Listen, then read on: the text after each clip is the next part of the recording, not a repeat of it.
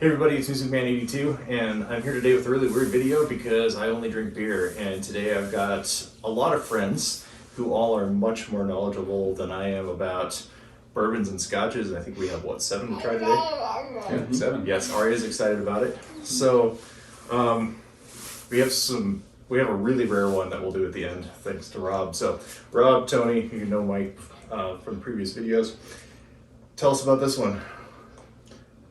Well, so this is Buffalo Trace. It's a 90 proof whiskey made in Kentucky. It's a good bourbon, kind of a lower price point, but 90 proof, good mash bill.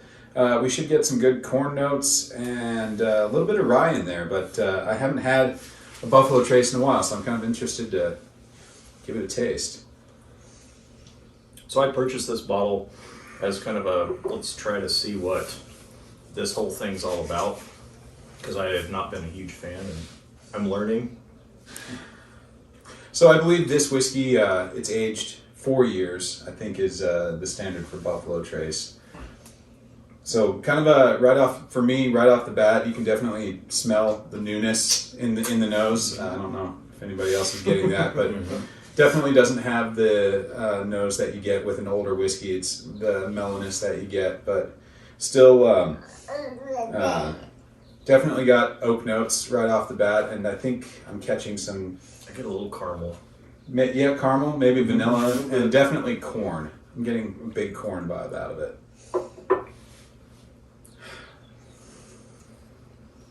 Definitely a bite to it. Yep, a little bit hot. Yeah, it's definitely not the thing I would drink the most, but And why not? I mean, yeah, go. I would say for me it's a little hot. I would like something smoother, and I think we're going to get smoother as the day progresses. Yes, we will. Yes, much. But as far as a whiskey that I would use for an old-fashioned cocktail, absolutely, this is one of those, especially for the price point. It's not gonna it'd make it just a good cocktail whiskey for me. Because it's got all around good flavors. It fills the flavor profile good. Like you said, it's young, a little rough, but definitely for a mixer. Yeah, for a $20 Yeah. whiskey, it's not bad. Oh, $20. For some reason, I thought that was 30. Yeah, for the price point, I would actually rate it much higher with that price point. I'd give it a lot higher rating because it's for a $20 bottle. Yeah, absolutely, It's a a great good bottle. bottle. Not bad. Yeah. So we'll be back with the next one here shortly. You can't have that.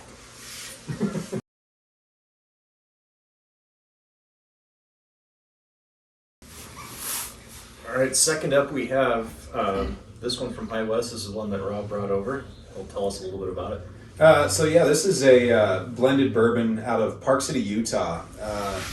The price point is around here. It's about $35 a bottle. I think it drinks more like maybe a $60 bottle. I really enjoy this.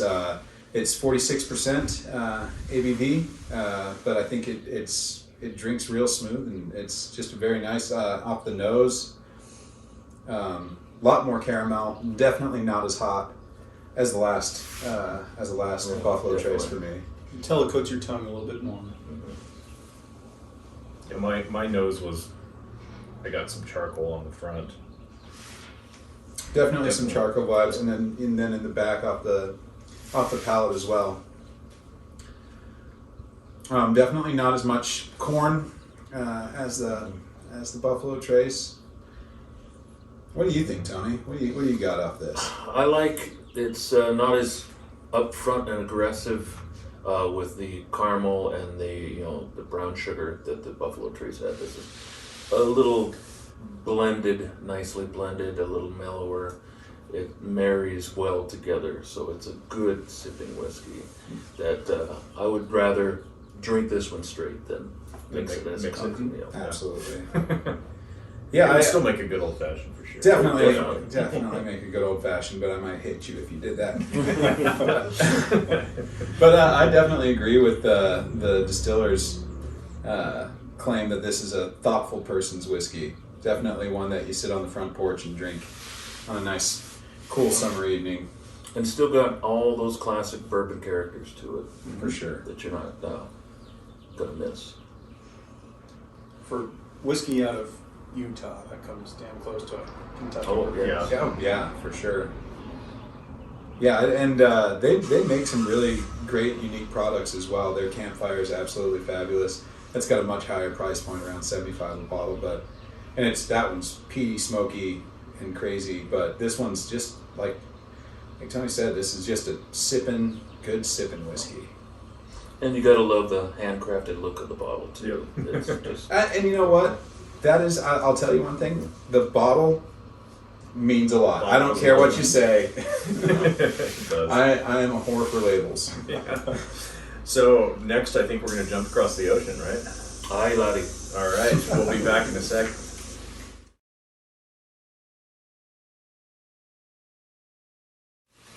All right. So we jumped across the ocean to Ireland, and Tony's going to talk about this one since he brought it, and he actually brewed professionally over in Ireland and has a connection to Jameson. So tell us about this whiskey. Jameson's great. No, I love Jameson. A daily drinker over there in Ireland.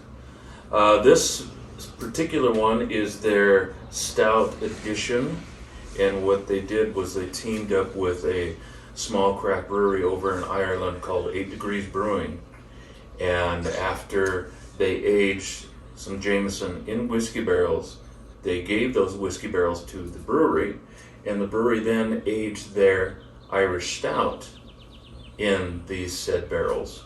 And then once they emptied the barrels of beer, they gave them back to Jameson, and then they aged this edition of their whiskey on a beer and whiskey barrel.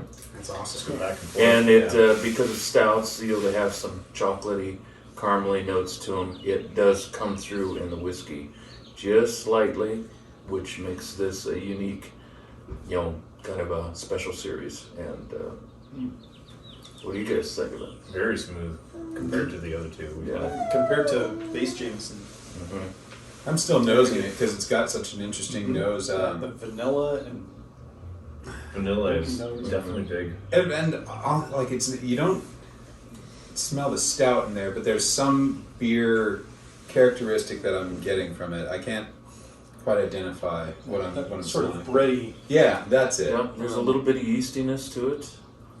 That dark, maybe kind of bitter chocolate or unsweetened chocolate Mm-hmm. to it that just hints through this whiskey. I like it because it didn't overpower regular Jameson, which is always good classic Irish whiskey. Absolutely, and so this is a 40% ABV. Yeah. It drinks so smooth, definitely smoother than your traditional Jameson, but it is absolutely. It's for a Jameson drinker. Like I'm a Jameson daily drinker too. If I'm going to be drinking whiskey, but this might be one of my favorite Jamesons I've ever had. Mm-hmm. It's definitely worth the few extra bucks a bottle. What's the price point Enjoy on this it. one? I think it was $48 here in Wyoming, something like that. That absolutely, that's a fair price Yeah. Mm-hmm. for this, and just exceptionally smooth as Jameson. Tends Jameson to be. always is. It's always as the Irish and English say, bog standard of good Irish whiskey. Mm-hmm. Awesome. We'll be back with another one in a sec.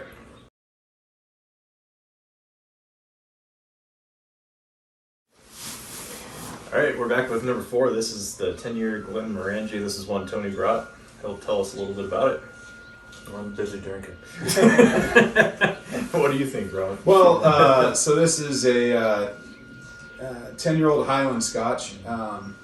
First off, just the legs, beautiful legs, a little thinner than your older Scotches might be, but the nose on this is absolutely fabulous. I'm getting citrus, almond, some really nice sweet. I love the honey character to it.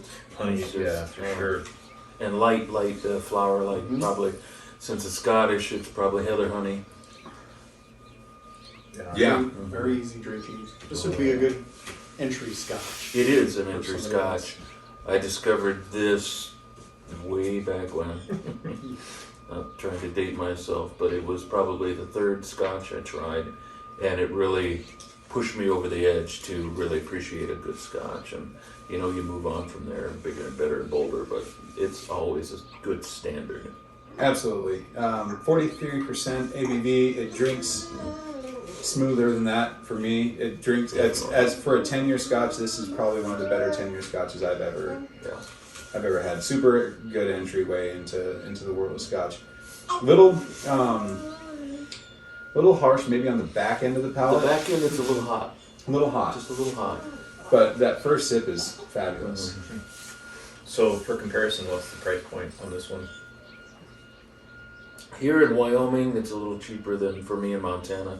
It's about 58, 60 bucks, I think. Definitely worth Oh the yeah, buy. if you want a good cold weather, sitting by the fire, slippers on, pipe in hand, Yeah. yeah, cold winter's night, it's definitely the That's a one. good one. Paint us a picture. That's beautiful. With That's your beautiful. words. I love it. Snow falling outside. I want to be there.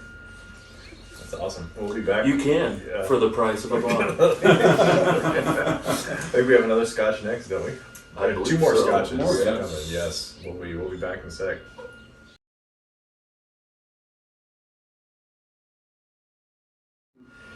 All right, we're back with something much older, and this one Mike brought over, and so he's going to tell us a bit about it. Oh yeah, this is the Glenlivet 18, 43% aged in American oak and previously used sherry casks.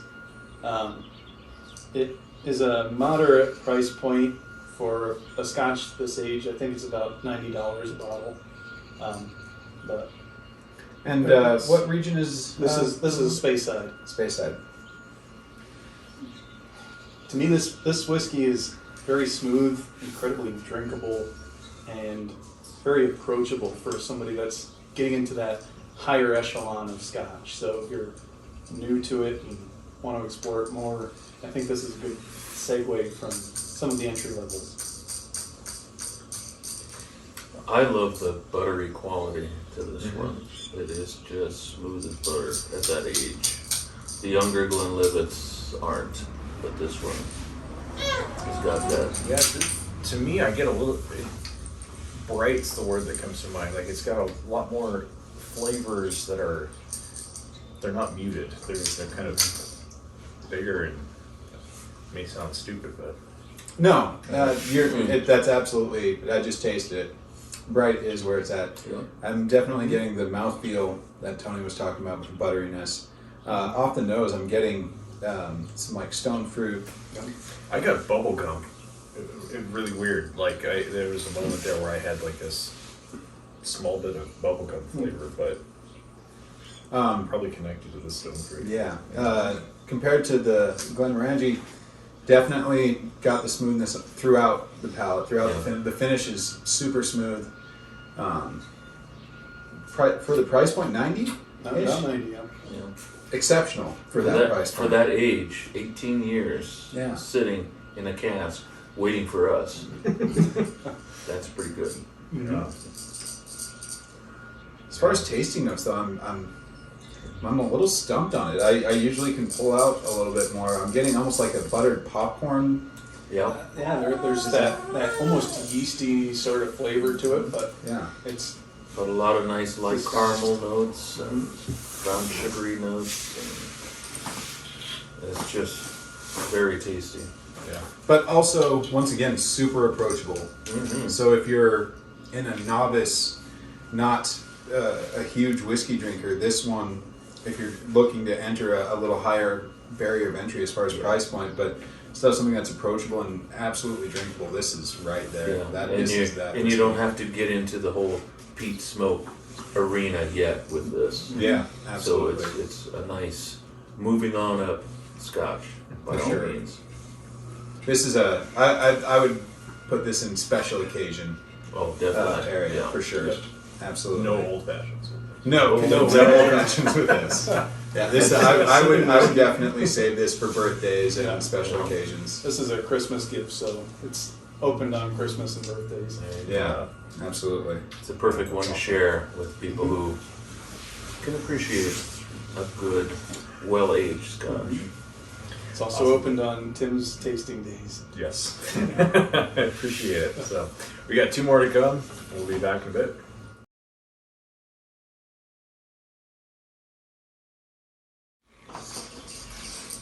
All right, welcome back. We have this one from Mike, so I'll let him introduce it.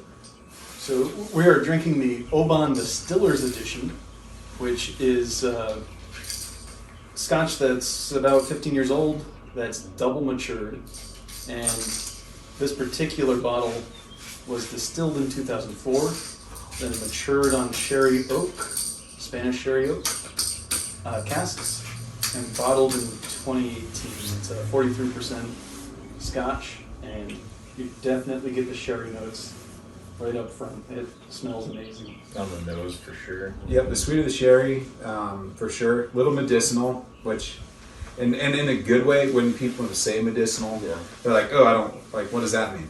But in a good way. I don't know. You have to smell it to know it, but I like it. Mm-hmm. And then before the camera started rolling, we were talking about the region that this comes from, and I was thinking that it was a lowland, but I was informed that it's a West Highland. West Highland.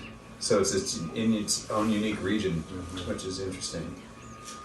And then when you taste it, you really get that full sherry cask and that creaminess all the way through. It's very unique, being aged on sherry cask that long.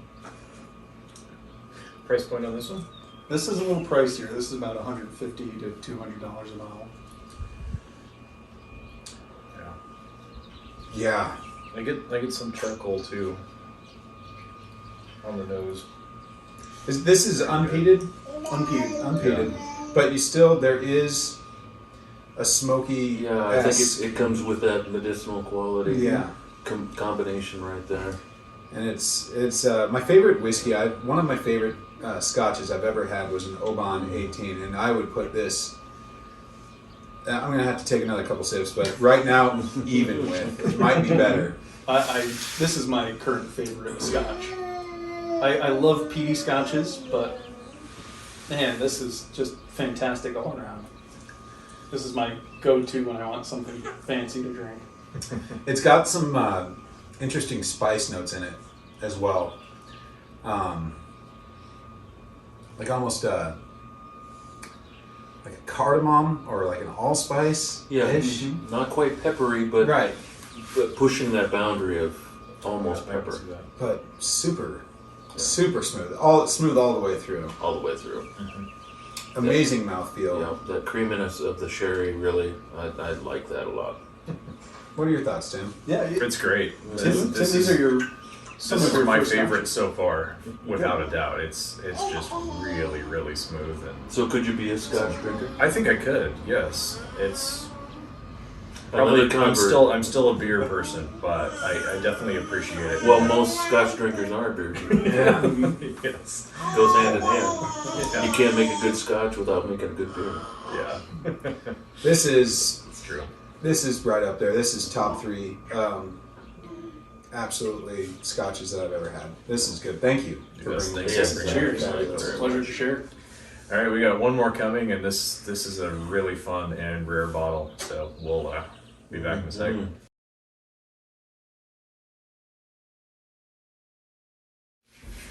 All right, we're back with the last of the day. This is a really special bottle. A couple months ago, Libations over in Cody posted a thing they were doing for a raffle of this, and I remember when I worked with Rob that he always went on and on and on about this, and I texted him and said, "Hey, isn't this the thing you love?" And he said, "Yeah, who do I have to kill to get this?" And I said, "You just have to enter a raffle." And he entered a raffle and won. So Lo and behold. so he's going to tell us all about this and what it is. So yeah, just had a really lucky day. Thank you, Tim, for telling me Yes. about the raffle. I definitely wouldn't have known about it. But this is a bottle of Vanwinkle 12-year-old Kentucky bourbon. It's, as far as retail price, not even the most expensive bottle that we've looked at today, but It is allocated, very hard to come across, very hard to find, and so mostly you find it on secondary markets. I was fortunate enough to pay. I bought $100 worth of raffle tickets, and so I paid over the retail price, but secondary is about $1,200 for a bottle.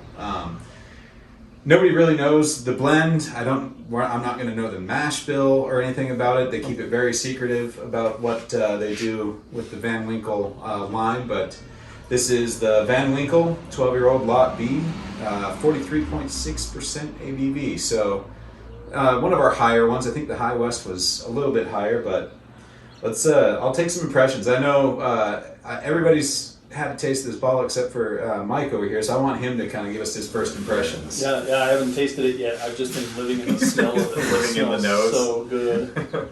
And how is that smell? It's vanilla, oaky, this just voluminous draft into your nose. Yeah, that's good. So for me, the first thing off the bat is the mouthfeel. Mm-hmm. It's exceptional. It's one of those that it's this oily, rich, coats your mouth, amazing just thing, and flavors just pop off and explode everywhere across your mouth.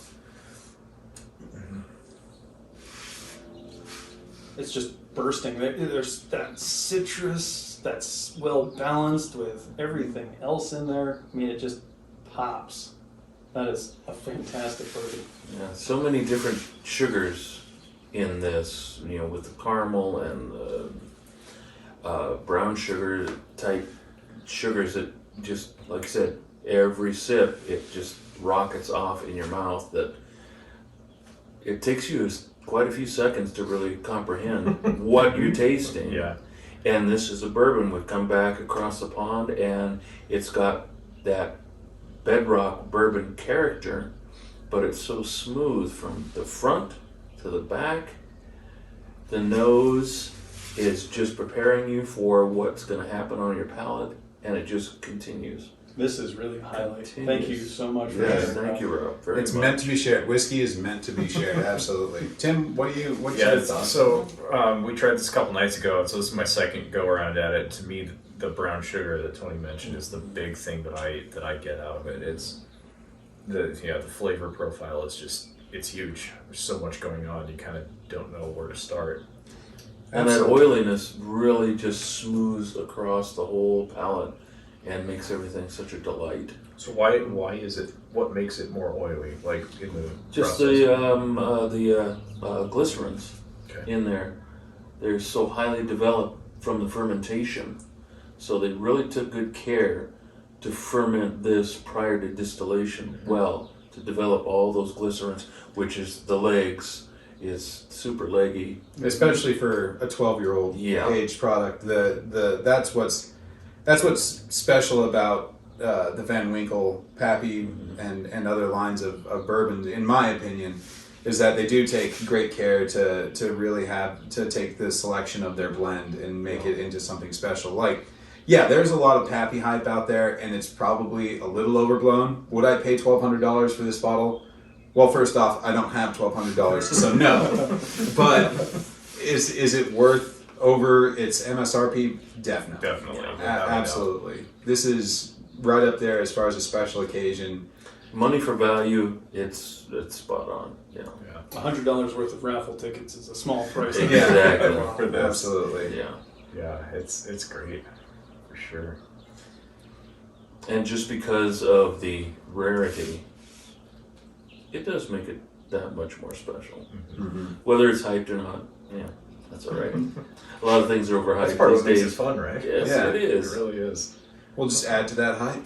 There you go. But absolutely, as far as value, Mhm. I think it's right up there where it's one of my favorite whiskeys.